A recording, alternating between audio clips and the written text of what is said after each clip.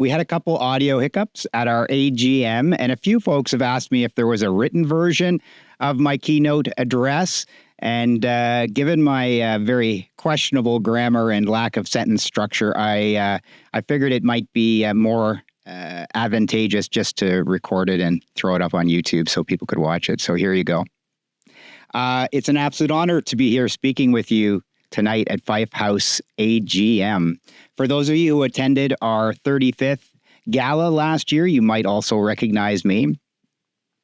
I was the keynote speaker at that event as well.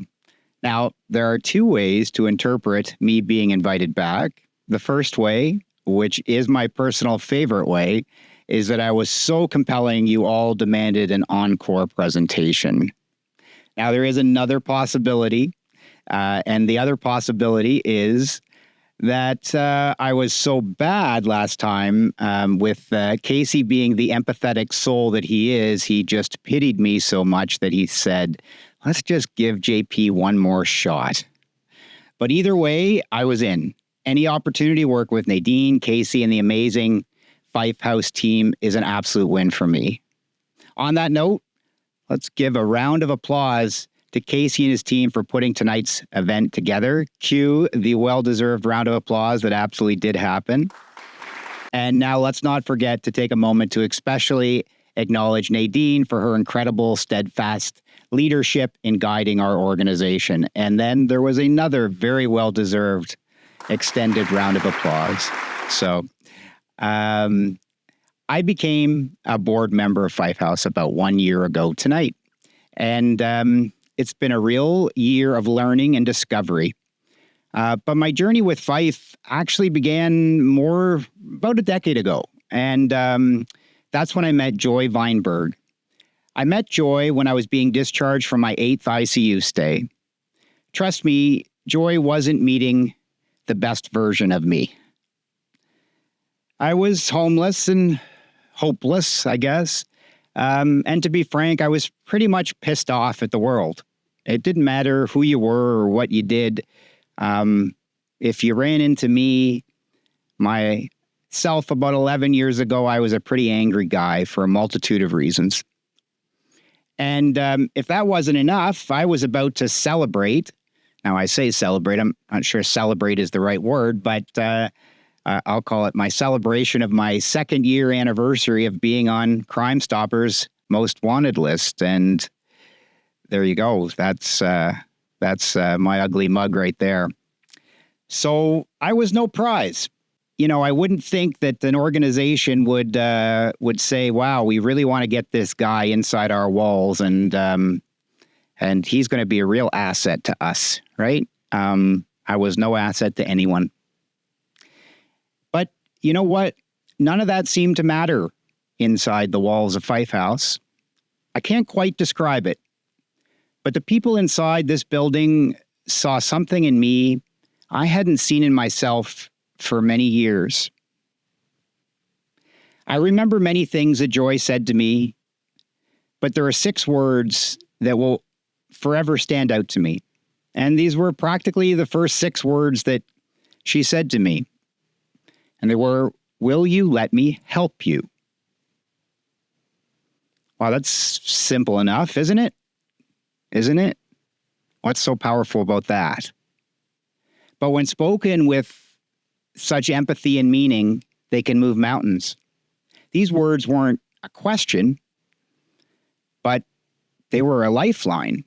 And in that moment, I felt something I hadn't felt in a very long time. I felt hope. And wow, what a beautiful thing hope is. It's a powerful force that can ignite change, rekindle dreams, and breathe life into souls that feel lost.